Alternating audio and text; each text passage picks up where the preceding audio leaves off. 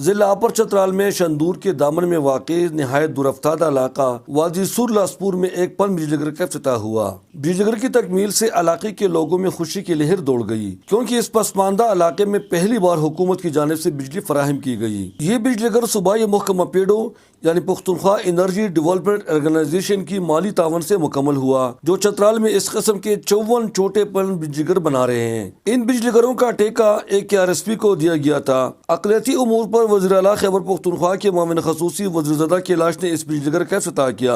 ان کا کہنا ہے کہ صوبائی حکومت اجالوں کا یہ سفر جاری رکھے گا۔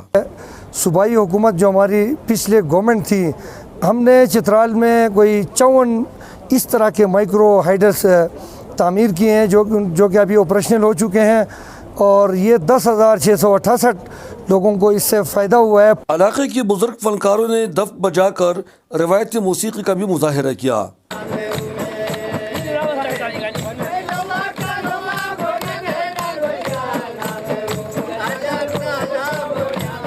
اس موقع پر وزیر سے بھی رہا نہیں گیا اور وہ بھی رنگ و رونق کے اس میدان میں کود گئے اور روایتی کیلاش رقص کرتے ہوئے ان کی خوشی میں شریک ہوئے۔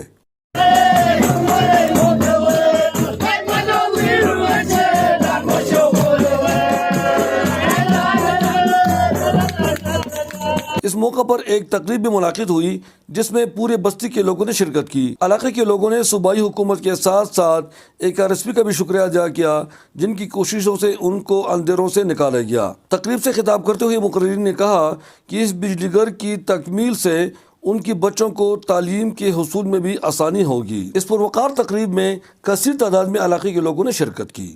Ahmad زادہ Ghulam Farooqui, bureau chief, Chitral.